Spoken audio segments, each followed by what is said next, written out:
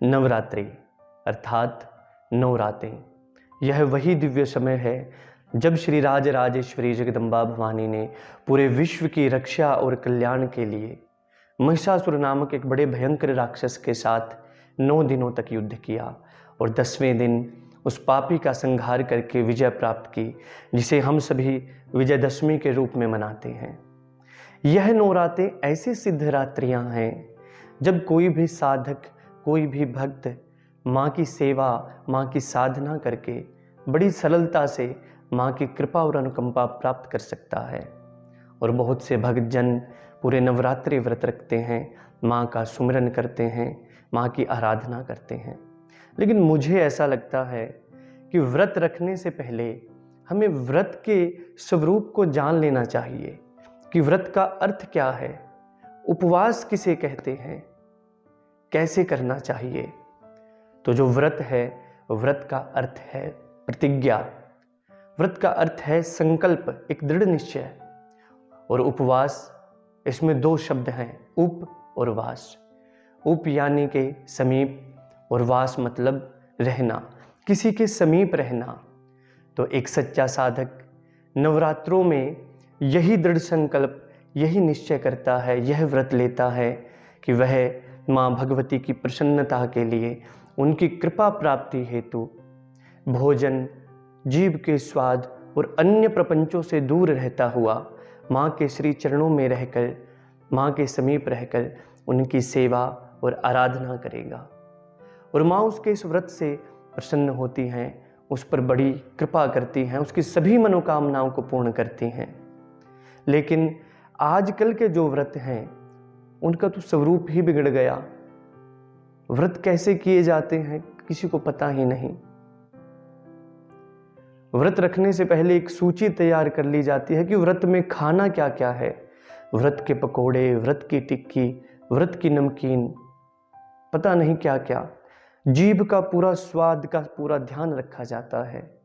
माँ के चरणों में ध्यान लगे ना लगे, स्वाद पर पूरा ध्यान दिया जाता है। और मुझे तो ऐसा लगता है कि कुछ समय बाद व्रत के पिज़्ज़ा और बर्गर भी ना आ जाएं।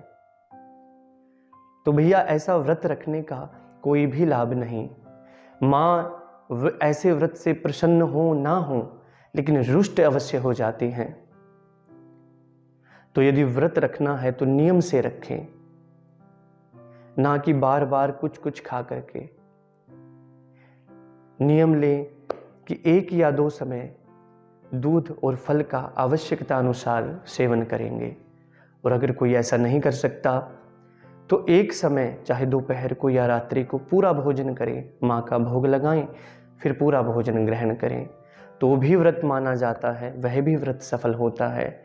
लेकिन यदि आप बार बार और कुछ कुछ स्वाद के लिए खा रहे हैं तो उस व्रत का कोई फायदा नहीं, वह व्यर्थ है, वह व्रत नहीं। तो अगर नियम से करेंगे, विधि से करेंगे, भाव से करेंगे तो माँ अवश्य प्रसन्न होगी और अपने भक्त पर कृपा करेंगी।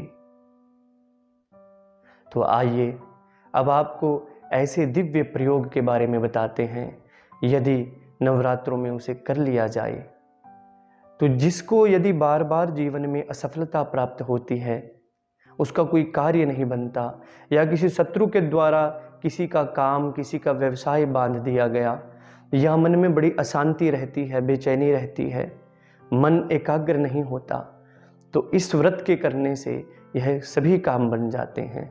और ये काम तो बनते ही बनते हैं, एक दिव्य अनुभूति का अनुभव होता है। और भाव से, बहुत भाव से कर लिया जाए तो माँ के दर्शनों की प्राप्ति भी की जा सकती है। तो करना क्या है? और ऐसा नहीं कि जो व्रत करेगा वही यह उपाय कर सकता है, कोई भी इस उपाय को कर सकता है, इस प्रयोग को कर सकता है। तो करना क्या है? रात्रि में 11 बजे यह प्रयोग करना पड़ता है। सबसे पहले स्नान कीजिए, स्वच्छ वस्त्र धारण कीजिए और अपने घर के मंदिर में एक चौकी लगाएं, उस पर एक लाल वस्त्र बिछाइए। उसके ऊपर माँ का एक स्वरूप, सुंदर चित्र विराजित कीजिए और घी का या तेल का अपनी श्रद्धा अनुसार कोई भी दीपक जगाइए। उसमें 2 लौंग छोड़ दीजिए।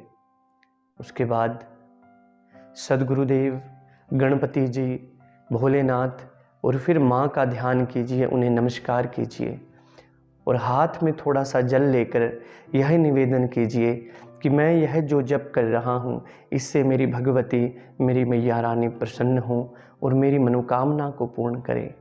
और फिर वह जल धरती पर छोड़ दें।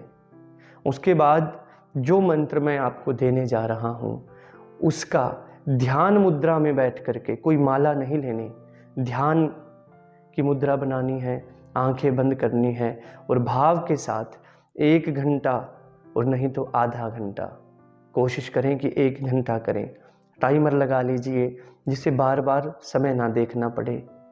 1 घंटे का या फिर आधे घंटे का टाइमर लगाएं और भाव के साथ मंत्र का जप करें। मंत्र इस प्रकार है, ओम ह्रीम श्री दिव्यै नमः। दोबारा बोल देता हूँ, ओम ह्रीम श्री दिव्यै नमः। इस मंत्र का 1 घंटा श्रद्धा के साथ जप करें एवं जप करने के पश्चात एक कटोरी के अंदर 2 कपूर की टिक्की जलाएं। उसमें मिश्री और किशमिश की 11 आहुतियाँ इसी मंत्र के साथ दें, जैसे कि ओम ह्रीम श्री दिव्यै नमः ओम स्वाहा, 11 आहुतियाँ दें। और उसके बाद फिर पुनः हाथ में जल लें और प्रार्थना करें कि माँ, आपकी प्रसन्नता के लिए जो मैंने जप किया, जो है भोग अर्पित किया, इसे आप स्वीकार करें और मेरी इस मनोकामना को पूर्ण करें। जो भी आपकी मनोकामना है वह बोल दें। तो नवरात्रों की 9 रातों में यह प्रयोग करना आवश्यक है और इस प्रयोग करने से निश्चित ही व्यक्ति की कामना पूर्ण होती है और माँ की कृपा का अनुभव उसे होता है। तो मैं यही मंगल कामना भगवती से करता हूँ कि आपकी सभी मनोकामनाओं को पूर्ण करें, आपके ऊपर अपनी करुणा, अपनी कृपा की वर्षा माँ करें। राधे राधे।